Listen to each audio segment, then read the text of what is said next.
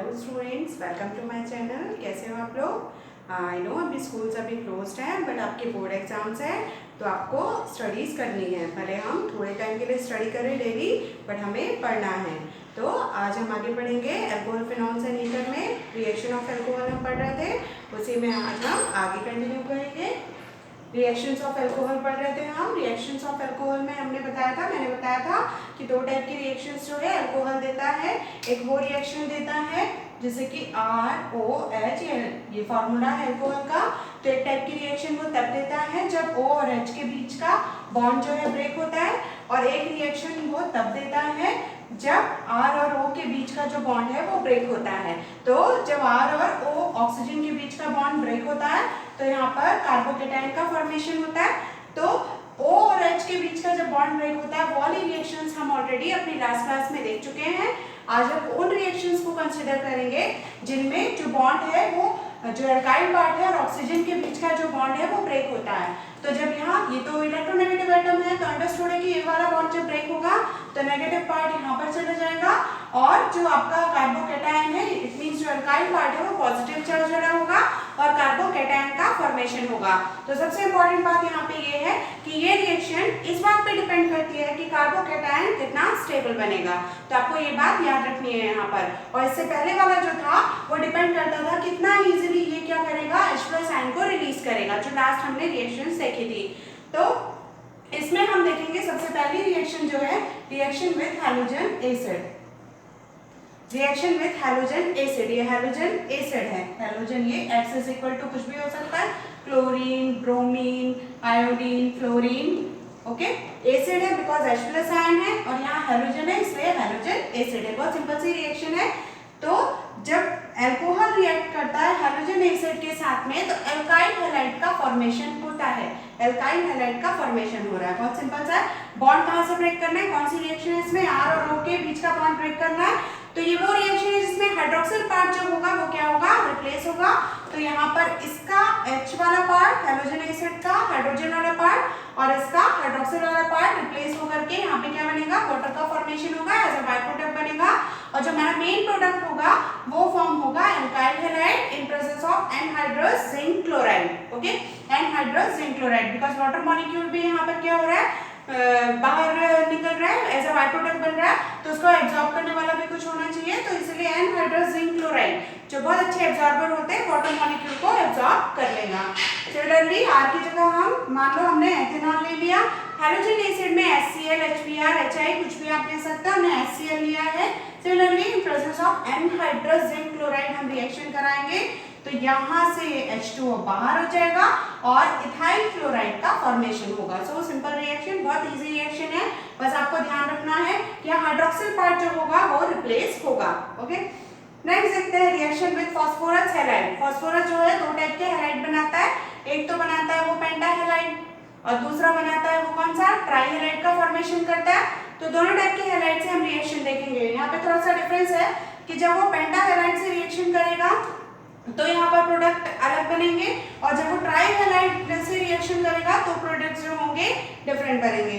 तो when alcohol react with pentahalide, phosphorus के pentahalide से रिएक्शन करता है तो यहाँ पे मेन प्रोडक्ट तो अल्काइल हैलाइड बनेगा हर जगह, चाहे वो पेंटाहैलाइड हो चाहे वो ट्राई हैलाइड हो, but byproducts are different there.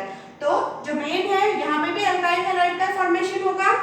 तो जब यहाँ अल्काइल हैलाइड बनेगा साथ में यहाँ पे बनेगा फास्फोरिल हैलाइड भी बनेगा और एक हैलोजन एसिड बनेगा। तो यहाँ पे ये दो जो बाय प्रोडक्ट है वो फॉर्म होंगे जब पेंटाहैलाइड से रिएक्शन करेगा। For example when ethanol react with phosphorus pentachloride तो मेन प्रोडक्ट बनेगा कौन सा, ethyl chloride. Alkyl halide main product होगा और फास्फोरिल क्लोराइड बनेगा और HCl का फॉर्मेशन होगा, हाइड्रोक्लोरिक एसिड का।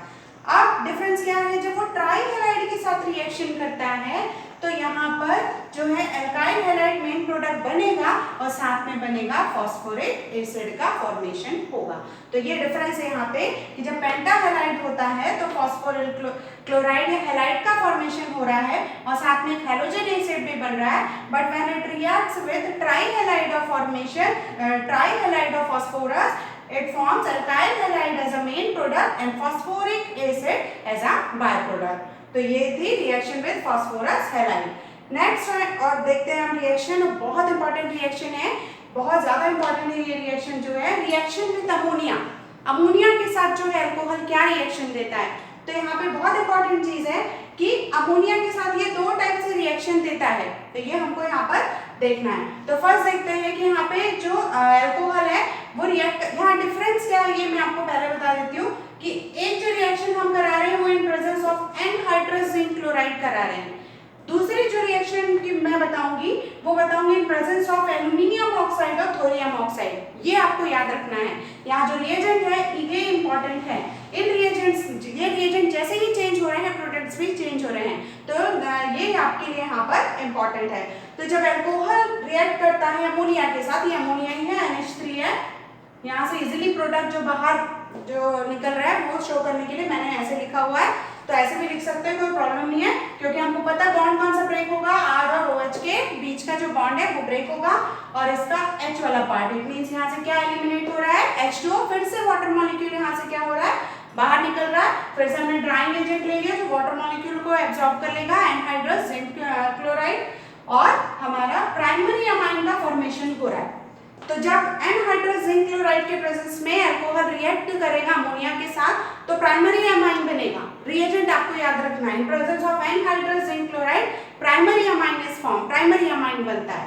अब डिफरेंस क्या है, सिमिलरली वही अल्कोहल जब अमोनिया से रिएक्ट करता है, बट यहाँ पर रिएजेंट हमने दूसरा लिया है कि जब वो रिएक्ट करता है एल्यूमिनियम ऑक्साइड और थोरियम ऑक्साइड के साथ, टेम्परेचर भी यहाँ बहुत इंपॉर्टेंट है, at temperature of 350 degree centigrade, तो यहाँ मिक्सचर ऑफ अमाइंस फॉर्म होते हैं, प्राइमरी अमाइन भी फॉर्म होता है, सेकेंडरी अमाइन भी फॉर्म होता है और टर्शियरी अमाइन भी फॉर्म होता है। तो सबसे इंपॉर्टेंट क्या है कि in presence of anhydrous zinc chloride only one product is form, only primary amines are form, but when it reacts with in presence of aluminium oxide or thorium oxide at the temperature of 350 degree centigrade, three types of amines, all three types of primary, secondary and tertiary amines are formed. तो पहले एक molecule से react करेगा तो primary amine बन जाएगा, okay. Similarly जो आपका फिर एक मॉलिक्यूल आ जाएगा अल्कोहल का, वो रिएक्ट करेगा तो सेकेंडरी अमाइन बन जाएगा, ओके। ये प्राइमरी अमाइन बन गया है। RNH2 मतलब प्राइमरी अमाइन, एक ही अल्काइल पार्ट है, NH2 जो है अमाइन, जो आपका फंक्शनल ग्रुप है वो शो कर रहा है। अब यही प्राइमरी अमाइन जो ऊपर रिएक्शन में बना है वो फिर एक अल्कोहल के मॉलिक्यूल से रिएक्ट करेगा, फिर से एक वाटर मॉलिक्यूल जो होगा एलिमिनेट हो जाएगा और इसकी जगह आ जाएगा एक अल्काइल पार्ट आ जाएगा, ओके। यहाँ NH2 मतलब कि दो हाइड्रोजन है अमाइन के पास, तो एक हाइड्रोजन रिप्लेस हो जाएगा, उसकी जगह एक अल्काइल पार्ट आ जाएगा, तो सेकेंडरी अमाइन बन जाएगा। सिमिलरली फिर एक सेकेंडरी अमाइन फॉर्म हो गया इसी रिएक्शन में। अब ये सेकेंडरी अमाइन के पास एक ही रिप्लेसेबल हाइड्रोजन है, ओके। तो फिर ये एक अल्कोहल के मॉलिक्यूल से रिएक्ट करेगा, उसकी जगह यहाँ से फिर ये H2O जो होगा वो बाहर हो जाएगा, यहाँ ऐसे भी शो कर सकते हैं, और क्या बन जाएगा, टर्शियरी अमाइन का फॉर्मेशन होगा। तो टर्शियरी अमाइन मतलब 1 2 3 3 अल्काइल पार्ट, इसके 3 अल्काइल पार्ट हैं। तो ये वो रिएक्शन है कि एल्यूमिनियम ऑक्साइड और थोरियम ऑक्साइड के प्रेजेंस में at the temperature of 350 degree centigrade और 3 types of amines are form, it means mixture of amine जो है यहाँ पर फॉर्म होते हैं। तो इसलिए जो अमोनिया के साथ रिएक्शन है वो बहुत इंपॉर्टेंट है। नेक्स्ट देखते हैं रिएक्शन विद थायोनिल क्लोराइड, थायो मींस सल्फर, सल्फर के लिए ये वर्ड आता है थायो, तो SOCl2 थायोनिल क्लोराइड का फॉर्मूला है। तो जब ये थायोनिल क्लोराइड के साथ रिएक्ट करता है तो यहाँ ये भी बहुत इंपॉर्टेंट है जो रिएक्शन है, पिरिडीन के प्रेजेंस में, मैंने अपने लास्ट क्लास में बताया था पिरिडीन बहुत अच्छा बेस है, इसको जनरली उस रिएक्शन में यूज करते हैं जहाँ पे गैस फॉर्म होती है, तो ये बहुत अच्छा गैस को क्या करता है, एब्जॉर्ब कर लेता है, इसलिए पिरिडीन का यूज करते हैं। तो एक ऐसी रिएक्शन है जहाँ पे 2 टाइप्स ऑफ गैसेस जो हैं वो यहाँ पर रिलीज हो रही हैं। अब चूंकि ये गैस है, तो ये जो गैस है उसको हम किसी में भी एब्जॉर्ब करा सकते हैं जो इसको एब्जॉर्ब कर लेगा। जैसे हमने यहाँ पे पिरिडीन का यूज किया है तो HCl और कोई लिक्विड यहाँ पर बाय प्रोडक्ट नहीं बन रहा है, कोई सॉल्यूशन वाला बाय प्रोडक्ट नहीं बन रहा है, यहाँ पे गैसियस बाय प्रोडक्ट्स फॉर्म हो रहे हैं HCl और सल्फर डाइऑक्साइड, जिसको पिरिडीन क्या करेगा, एब्जॉर्ब कर लेगा। इसीलिए ये जो मेथड है वो बहुत इंपॉर्टेंट है, क्यों, यहाँ पर प्योर जो है अल्काइल हैलाइड का फॉर्मेशन होता है, प्योर अल्काइल अल्काइल हैलाइड जो है यहाँ पर फॉर्म होता है, बिकॉज यहाँ पे बाय प्रोडक्ट जो है वो गैस बन रही है, गैसेस हैं HCl और सल्फर डाइऑक्साइड, इसलिए ये रिएक्शन बहुत इंपॉर्टेंट है। यहाँ पे इस रिएक्शन में प्योर अल्काइल हैलाइड जो है वो मेन प्रोडक्ट के फॉर्म में मिलता है। ओके, तो थायोनिल क्लोराइड के साथ जब अल्कोहल रिएक्ट करता है तो अल्काइल हैलाइड देता है, mixture of two gases HCl और सल्फर डाइऑक्साइड फॉर्म करता है। तो ये थी रिएक्शन जब R और O के बीच का बॉन्ड ब्रेक होता है। यहाँ पे एक बहुत इंपॉर्टेंट सी चीज ये है, रिएक्टिविटी क्या होगी अल्कोहल की, कि कौन सा रिएक्शन ज्यादा, कौन सा अल्कोहल जो होगा ज्यादा रिएक्टिव होगा। रिएक्टिविटी ये होगी, बहुत इंपॉर्टेंट है, टर्शियरी जो अल्कोहल होगा वो ज्यादा रिएक्टिव होगा। इस केस में जब R और O के बीच का बॉन्ड ब्रेक हो रहा है तो टर्शियरी कार्बोकेटायन का फॉर्मेशन हो रहा है इसके केस में, तो सबसे ज्यादा रिएक्टिव होगा टर्शियरी कार्बोकेटायन, फिर रिएक्टिव होगा, फिर जो होगा सबसे ज्यादा रिएक्टिव होगा टर्शियरी अल्कोहल, फिर होगा सेकेंडरी अल्कोहल और फिर होगा प्राइमरी अल्कोहल जो होगा यहाँ पे लीस्ट रिएक्टिव होगा। अब क्वेश्चन आता है कि क्यों, वो इसलिए बिकॉज ये जो रिएक्शंस है वो डिपेंड करती हैं in the stability of carbocation. जैसे जैसे कार्बोकेटायन स्टेबल होगा वैसे वैसे वो जो रिएक्शंस है वो देगा। तो हमको अच्छे से पता है कि टर्शियरी जो कार्बोकेटायन होते हैं वो सबसे ज्यादा स्टेबल, कैसे, ये टर्शियरी कार्बोकेटायन है, ये ले लिया टर्शियरी कार्बोकेटायन। अब हमको पता है कार्बोकेटायन मतलब deficiency of electron, positive charge है, तो इसके पास ऐसे ग्रुप अगर अटैच होंगे जो इलेक्ट्रॉन्स को इसकी तरफ पुश करेंगे तो जल्दी से इसकी जो इलेक्ट्रॉन डेफिशिएंसी है वो कम हो जाएगी और ये स्टेबल हो जाएगा।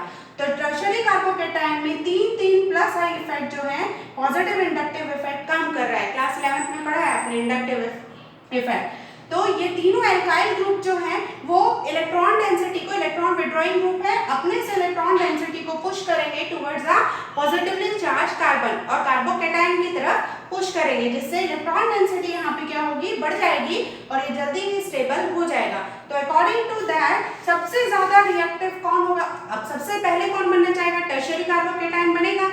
तो जहाँ पे टर्शियरी कार्बोकेटायन बनना होगा तो वो पहले बनना प्रेफर करेगा और वो ज्यादा रिएक्टिव होगा, इसलिए टर्शियरी कार्बोकेटायन जो टर्शियरी अल्कोहल जो होगा वो ज्यादा रिएक्टिव और सेकेंडरी अल्कोहल उससे कम और प्राइमरी जो अल्कोहल होगा वो सबसे कम रिएक्टिव होगा। एक और इम्पोर्टेंट चीज, कब, ये किसके केस में होगा, जब R और O के बीच का बॉन्ड जो है ब्रेक होगा, जो ऑपोजिट होगा, जस्ट ऑपोजिट होगा वहां पर जहां पर O और H के बीच का बॉन्ड जो है वो ब्रेक होना होगा। ये मैंने अपने पहले वाले रिएक्शंस में भी बताया है, पहले की क्लास में भी। इसके केस में प्राइमरी जो अल्कोहल होगा वो सबसे ज्यादा रिएक्टिव, सेकेंडरी जो अल्कोहल होगा वो उससे कम रिएक्टिव और टर्शियरी अल्कोहल जो होगा वो सबसे कम रिएक्टिव होगा। तो ये बहुत इंपॉर्टेंट सी चीज है। ओके, तो आज की क्लास हम यही फिनिश करते हैं, नेक्स्ट जो इसके आगे का है वो हम नेक्स्ट क्लास में कंटिन्यू करेंगे। Okay, thank you.